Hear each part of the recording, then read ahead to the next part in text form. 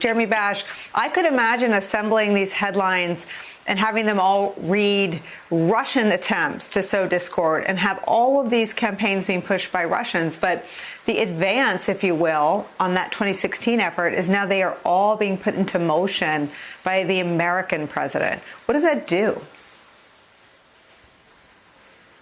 Well, Nicole, we are entering a very dangerous phase. And over the next 33 days, what's not on the ballot is merely a choice between Republicans or Democrats or Trump or Biden. Actually, what's on the ballot is a choice between democracy or whether or not we're going to revert to some Russian form of dictatorship or autocracy where our democracy is undermined.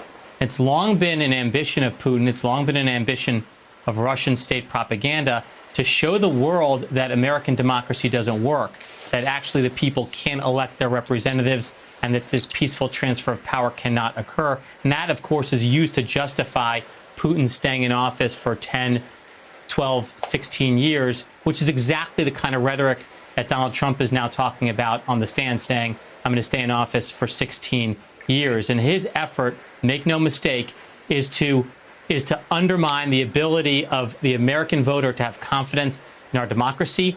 He wants people to stay home. He wants his white supremacist gangs to come out, sow violence if necessary to prevent people from going to the polls under the guise of poll watching.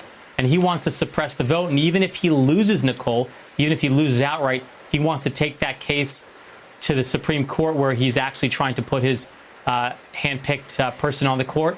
And he essentially does not want to yield power under any circumstances.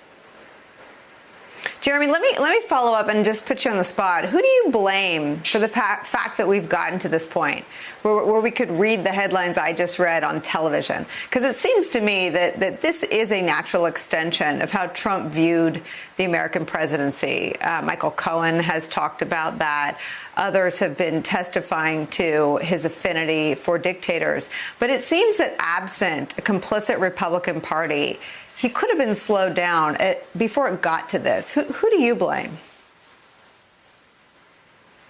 No question. He has accomplices. I mean, if you look at the Attorney General Barr, he's obviously been in front and center in defending this approach to quote unquote law enforcement.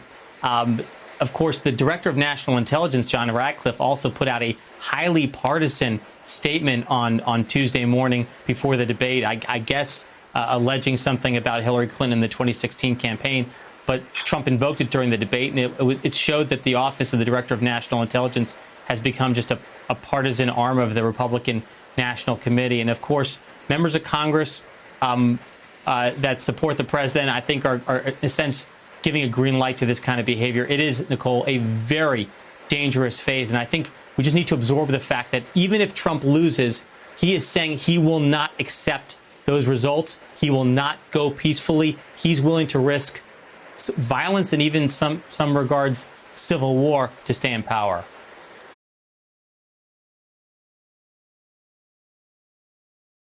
Hey there, I'm Chris Hayes from MSNBC. Thanks for watching MSNBC on YouTube. If you want to keep up to date with the videos we're putting out, you can click subscribe just below me or click over on this list to see lots of other great videos.